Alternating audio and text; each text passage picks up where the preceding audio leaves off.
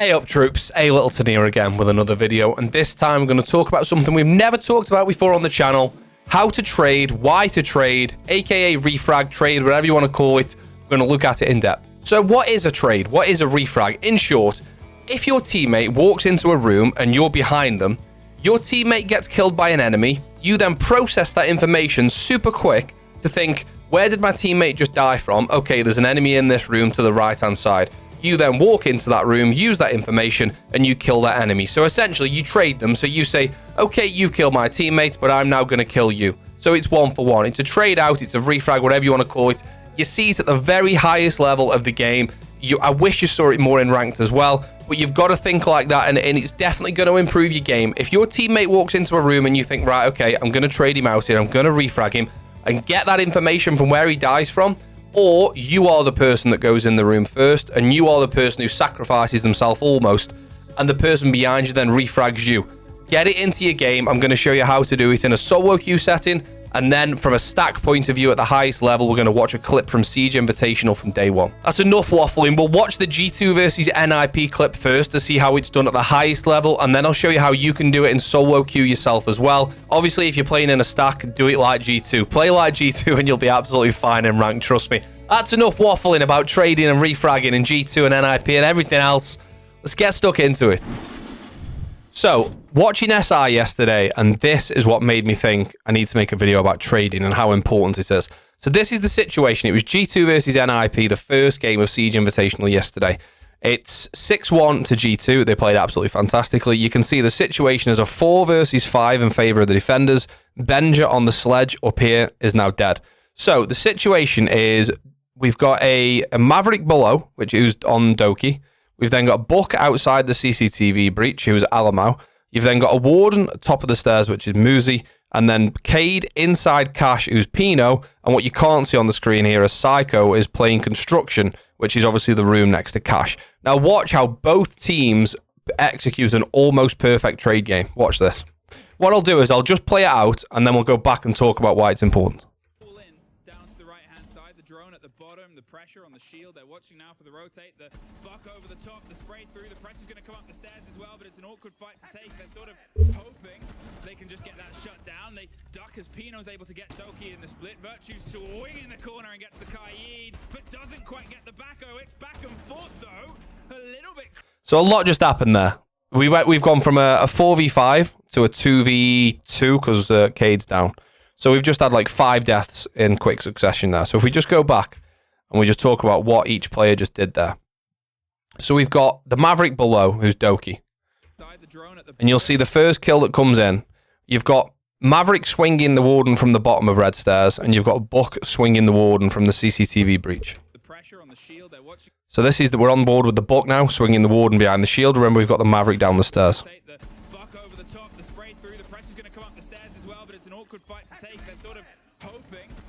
So that's the first kill. Alamo kills Mozzie, who's the Warden behind the shield. Okay, but as you can see, Doki's taking damage.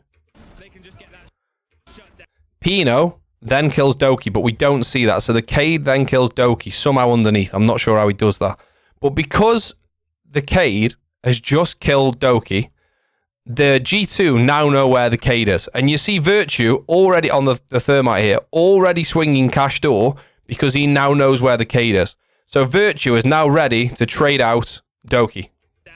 So we jump on board with Doki. Great job by the Observer, by the way. So we jump on board with Virtue now because he knows the Cade's here. So we now down the Cade. Now, to flip it over again, because we've downed the Cade and the Cade's died, NIP now know where Thermite is. So now Psycho, who's playing as Army, will swing Virtue into Cash. And we just catch the end of this now.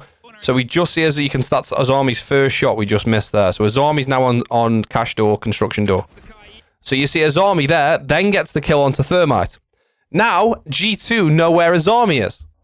So the Buck, who was top red stairs, now knows that Azami is Construction door. So the Buck now just pre-fires Construction door and kills the Azami.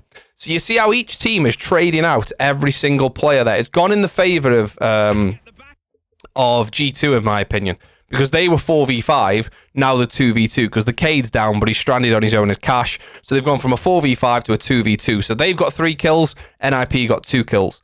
But you can, so from the beginning again then, Buck killed the Warden, Cade killed the Maverick, Thermite killed the Cade, Azami killed the Thermite, and Buck killed the Azami. And it was all just a back and forth, using the information, trading out your teammate. You know where your teammate just died from. So you know where the person is. You can use that information. The best example there is the Azami. If I just catch this... hang on a minute. We've gone too far there. The best example of this is the Azami killing the Thermite and then the Buck killing the Azami. So in comes the kill there. So now Azami knows that Thermite's in cash because Cade would have called it out, but she would also, well, Azami, I say she as in Azami, but he as in Psycho, would be aware of where that Thermite is. You can only kill Cade tucked in there from by the door.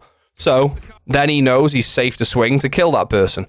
But because that's happened, now the Buck, who's on top red still, knows that Azami's on the door. And you see it there.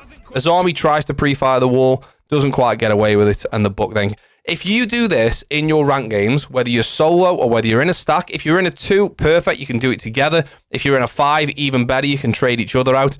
If you play the trade game and you get the first kill, you should win the round because it goes you, them, you, them, you, them, you, and then you've won with one person left. But the idea is to go as at least a 2, or ideally a bigger unit, as in a unit as more people, and just take the trade. You know that they've just killed your teammate from there, so you know they're there, and you take advantage of that.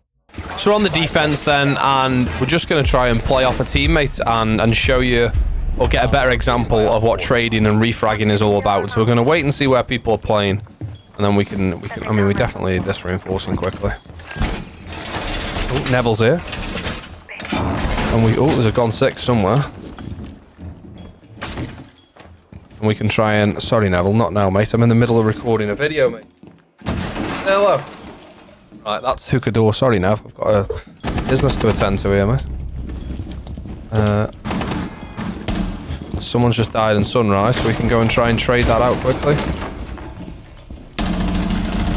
So that is a classic example of a refrag. We had the information that there was an enemy in Sunrise, but he hadn't finished the kill because our teammate was only downed. We knew there was an enemy in Sunrise. We checked it wasn't the door. We knew it was behind the bar eventually, so we got the kill behind the bar. So we're going to try and refrag the Ying here. The Ying's droning. I'll cover while she drones. Drone's gone. So we're going to see where the Ying gets shot from here, I think. Get rid of that barbed wire for you, Ying. You're welcome. So Ying goes in. Peeks the side. No one's there, apparently. Who shot the drone? Oh, the drone. The shockwire was electrified. The Ying's in. That's someone I can see over there.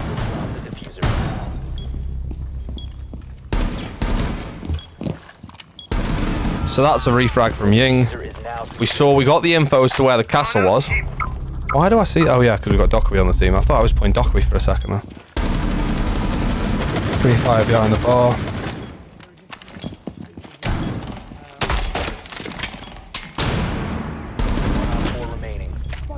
We've now got side control. Might as well just plant actually, haven't I? So playing trades on defense when you're solo queuing, we're down to 4 already, is all just about looking at where your teammates are, where the likely points of attack are going to be, and using your teammates as that first point of contact, and what you can then do thereafter. Now, I'm just looking at where the teammates are. Valkyrie got a face in a window. Alibi's got a face in a window, and we've got a smoke behind the console desk. The only real person I can trade off here is the smoke. I've got a camera in connector, so let me just have a quick look at that. Oh, we're okay there for now. Have they opened the main breach? No, they've opened that door, so I could maybe trade off the alibi here.